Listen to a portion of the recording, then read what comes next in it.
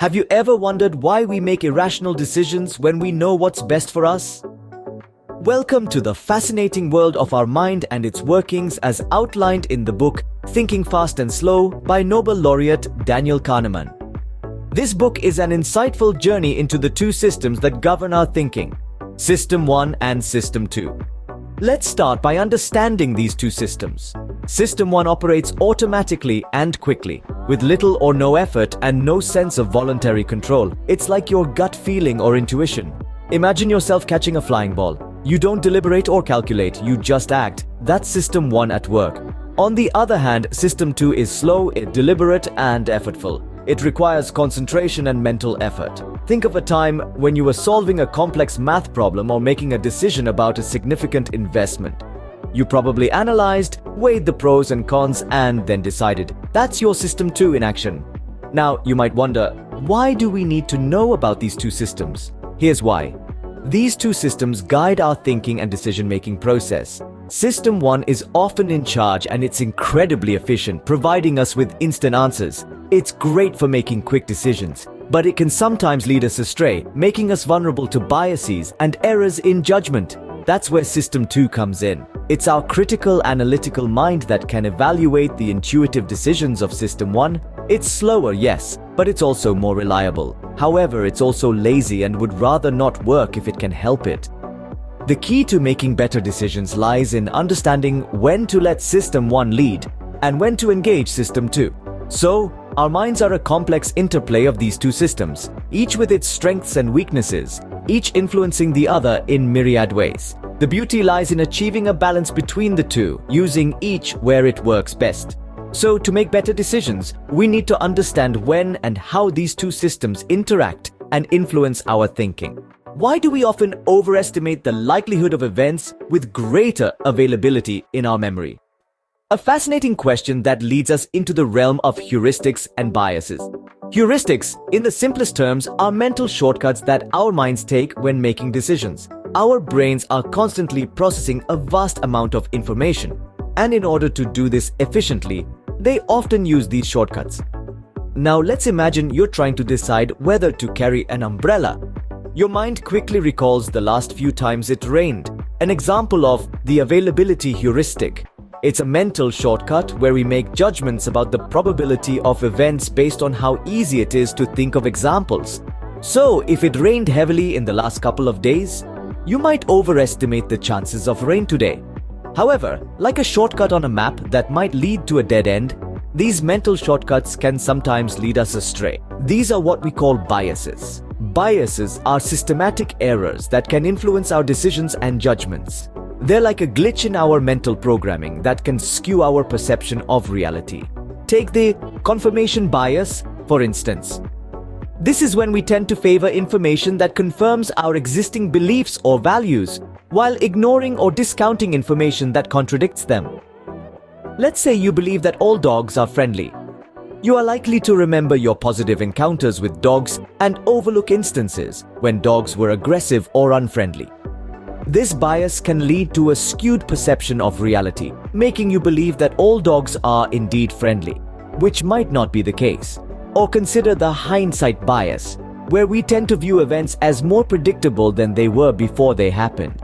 It's like saying, "I knew it all along," after an event has occurred, even though there was no way of predicting it accurately. While heuristics can be helpful, they can also lead us to make biased and incorrect judgments. These mental shortcuts and biases influence our decisions in ways we may not even be aware of, shaping our understanding of the world around us. But by being aware of them, we can strive to make more informed and unbiased decisions. How often do we overestimate our abilities and underestimate the role of chance in our successes and failures? This question leads us to the concept of overconfidence, a common bias that often gets overlooked in our everyday decisions. Overconfidence is the misguided belief that we're better, smarter, or more skilled than we actually are. We've all been there, haven't we? Convinced that we're the master of our own fate, certain beyond doubt that we're right, even when we're not. It's a powerful illusion that can lead us to take risks that we shouldn't. You see, we humans have a peculiar trait. We tend to overestimate our skills, our knowledge, and our future prospects, while often underestimating the unpredictability of life itself. It's not necessarily a bad thing to have confidence, but when it crosses the line and becomes overconfidence, that's when we get into trouble. Think about it. We may feel certain that we'll finish that book by the weekend, or that we'll ace that test next week. But do we account for the unexpected, the sudden illness, the unexpected visit from a friend, the power outage that leaves us in the dark?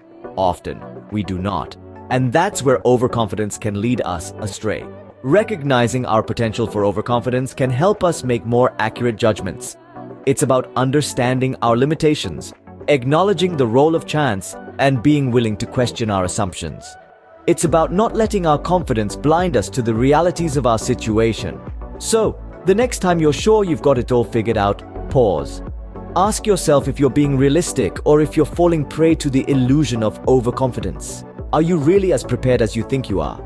Is your plan really as foolproof as you believe?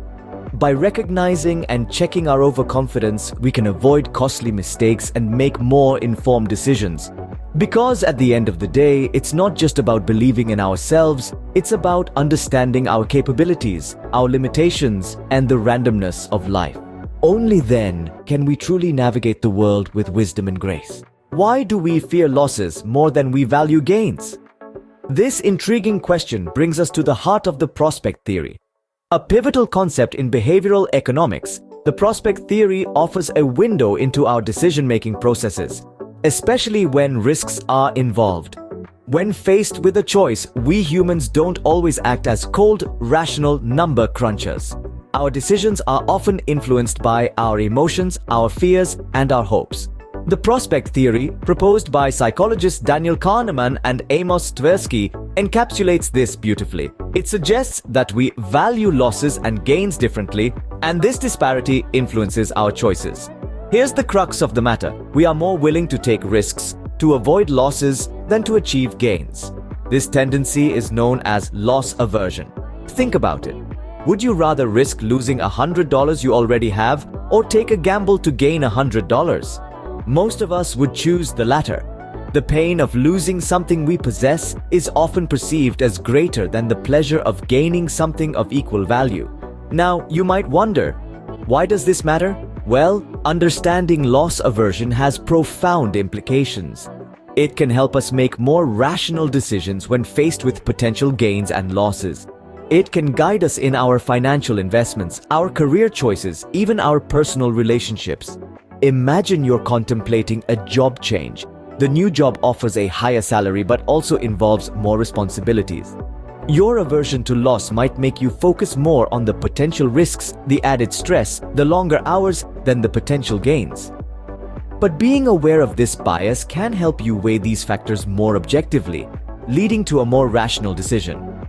In the end, loss aversion is a part of our cognitive makeup, a quirk of our decision-making machinery. It's not inherently bad or good, it just is. But understanding it, being aware of it, can make a world of difference. It can help us navigate the tricky terrains of decisions and choices, steering us towards more balanced, rational outcomes. Understanding loss aversion can help us make more rational decisions when faced with potential gains and losses. So, how can we use these insights to improve our decision-making? Let's take a moment to reflect on the key points we've covered. We started our journey by understanding the two systems of our mind. System 1, the fast, intuitive, and emotional, and System 2, the slower, more deliberate, and logical. These two systems constantly interact, shaping our perceptions and decisions. Recognizing this interaction is the first step towards conscious decision-making. Next, we delved into the world of heuristics and biases. These mental shortcuts shape our judgments and frequently lead to errors. The anchoring bias, for instance, can cause us to rely too heavily on the first piece of information we encounter, and the availability heuristic can make us overestimate the likelihood of events that come readily to mind. Being aware of these cognitive biases can help us make more informed decisions, rather than being led astray by our initial instincts. The third point we discussed was overconfidence, a common pitfall that can skew our judgment. We often overestimate our abilities and underestimate the role of chance. This overconfidence can lead us to take unnecessary risks or overlook valuable information. By acknowledging our limitations, we can temper our overconfidence and make more balanced decisions. Our fourth stop was the prospect theory, a groundbreaking concept that explains how we perceive gains and losses. We discovered that we often value potential losses more than equivalent gains, a bias known as loss aversion. Understanding this can help us avoid decisions driven by fear of loss and aim for choices that truly benefit us in the long run. To sum up, understanding our cognitive biases and the two systems of thinking can significantly enhance our decision-making. It helps us see beyond our initial instincts, question our overconfidence, and make peace with losses and gains. It equips us with the tools to make more rational and considered choices. By understanding how we think, we can better navigate the complexities of decision-making and lead more rational, fulfilling lives.